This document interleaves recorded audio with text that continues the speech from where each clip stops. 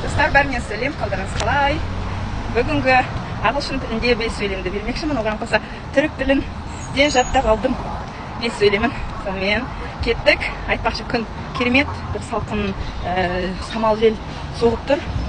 Және күн жарқырап, тамыздың осы күндері әдемі болып тұр. I had an English lesson today. Бүгін менде ағылшын тілі сабағы болды. У меня был урок английского сегодня. Бүгін инглишше дәрсім барды. I am in a good mood.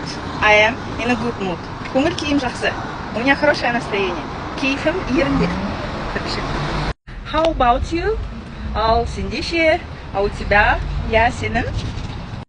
Я люблю ходить пешком много. I like walking a lot.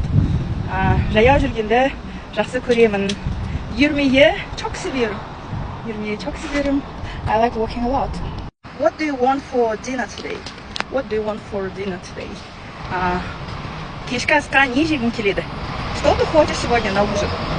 What do you want for dinner today? Бұл ақшам емегінде не істерсің? Can you check my text? Менің мәтінімді тексеріп бере аласың ба? Можешь проверить мой текст? Метніме контроль ете білемісің?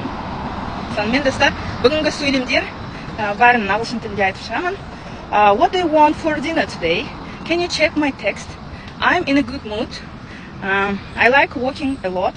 I had an English lesson today. That's it. What about you? Сонымен достар, маған жазылып қойыңыздар, қолдаңыздар. Қазақша контент ағылшын тілінде беретін сүйкімді мұғалім. Сонымен көріскенше, ертең күніңіз жақсы болсын. Кездесеміз, көрішеріз. See you later.